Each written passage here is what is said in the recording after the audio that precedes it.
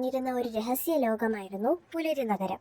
അവിടെ സൂര്യന്റെ പ്രകാശമില്ലായിരുന്നെങ്കിലും ഓരോ പുലരി നഗരക്കാരനും തനതായൊരു ജാലവിദ്യ ശക്തി ഉണ്ടായിരുന്നു.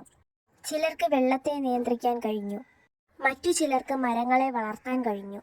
എല്ലാവരും സമാധാനത്തോടെയും സന്തോഷത്തോടെയും ജീവിച്ചു. പക്ഷേ ഒരു നിയമം അവർക്ക് നിർബന്ധമായിരുന്നു. ശക്തിയെ ഒരിക്കലും. ഒരു നാൾ നഗരത്തിലെ ഏറ്റവും വലിയ ജാലവിദ്യക്കാരനായ അച്യുതന്റെ അടുത്തേക്ക് കാർത്തിക്കും നിവേദിതയും എത്തി.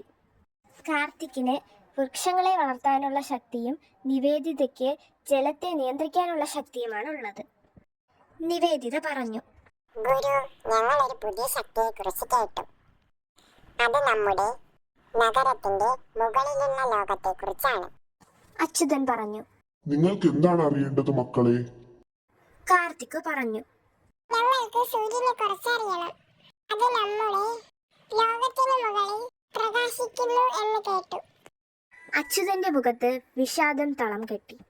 പഴയ ഒരു ദുരന്തം അദ്ദേഹത്തിന്റെ മനസ്സിൽ തെളിഞ്ഞു. അച്യുതൻ പറഞ്ഞു, അതൊരു പഴയ കഥയാണ്. ഒരു കാലത്ത് നമ്മുടെ പൂർവികർക്ക് സൂര്യപ്രകാശം ഉണ്ടായിരുന്നു. പക്ഷേ അവർ അവരുടെ ശക്തികൾ ദുരുപയോഗം ചെയ്തു. അങ്ങനെ സൂര്യൻ നമ്മുടെ ലോകം വിട്ടുപോയി. എന്നാൽ അത് വീണ്ടെടുക്കാൻ കഴിയുമോ എന്ന് എനിക്കറിയില്ല. നിവേദിത പറഞ്ഞു. പക്ഷെ ഞങ്ങൾക്കത് വീണ്ടെടുക്കാൻ കഴിയും, അല്ലേ? അച്യുതൻ പറഞ്ഞു. അതൊട്ടും എളുപ്പമല്ല മക്കളെ. അതിനൊരു വലിയ സാഹസിക യാത്ര ആവശ്യമുണ്ട്. നിങ്ങൾക്ക് മുകളിലുള്ള ലോകത്തേക്ക് പോകണം. അവിടെ ഒരു വലിയ പരീക്ഷണത്തിലൂടെ കടന്നു പോകണം. കാർത്തിക്കും നിവേദിതയും പറഞ്ഞു.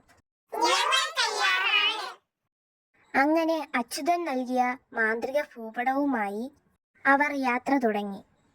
ഗുഹകളിലൂടെയും അഗ്നിപർവ്വതങ്ങളിലൂടെയും വലിയ നദികളിലൂടെയും കാർത്തിക്കും നിവേദിതയും ധൈര്യപൂർവ്വം മുന്നോട്ട് നീങ്ങി. വഴിയിൽ അവരെ കാത്ത് ഒരുപാട് തടസ്സങ്ങൾ ഉണ്ടായിരുന്നു. ഒടുവിൽ അവർ ഒരു വലിയ പ്രതിമയുടെ മുന്നിലെത്തി. പുലരി നഗരത്തിലെ ആദ്യത്തെ ജാലവിദ്യക്കാരനായ അഗ്നിവർമ്മയുടെ പ്രതിമയായിരുന്നു അത്. പ്രതിമയ്ക്ക് പിന്നിലെ ഭീകരമായ വാതിൽ തുറക്കാൻ ഒരു പ്രത്യേക ശക്തി ആവശ്യമായിരുന്നു. നിവേദിത പറഞ്ഞു. നമുക്കിത് എങ്ങനെ തുറക്കാൻ കഴിയും? ഇവിടെ ഒരു പ്രത്യേക ശക്തി വേണമെന്ന് തോന്നുന്നു. കാർത്തിക് പറഞ്ഞു.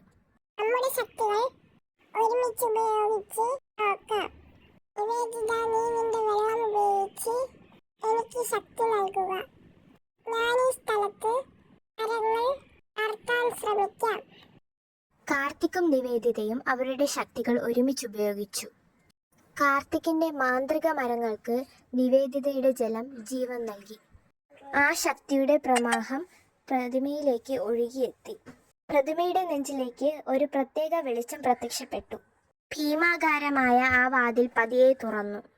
ആ വാതിലിന് പുറത്ത് അവർ കണ്ടത് ഒരിക്കലും മറക്കാനാവാത്ത കാഴ്ചയായിരുന്നു. കൂട്ടുകാരെ, നിങ്ങൾക്ക് ഞങ്ങളുടെ കഥ ഇഷ്ടപ്പെട്ടെങ്കിൽ സബ്സ്ക്രൈബ് ചെയ്യണേ.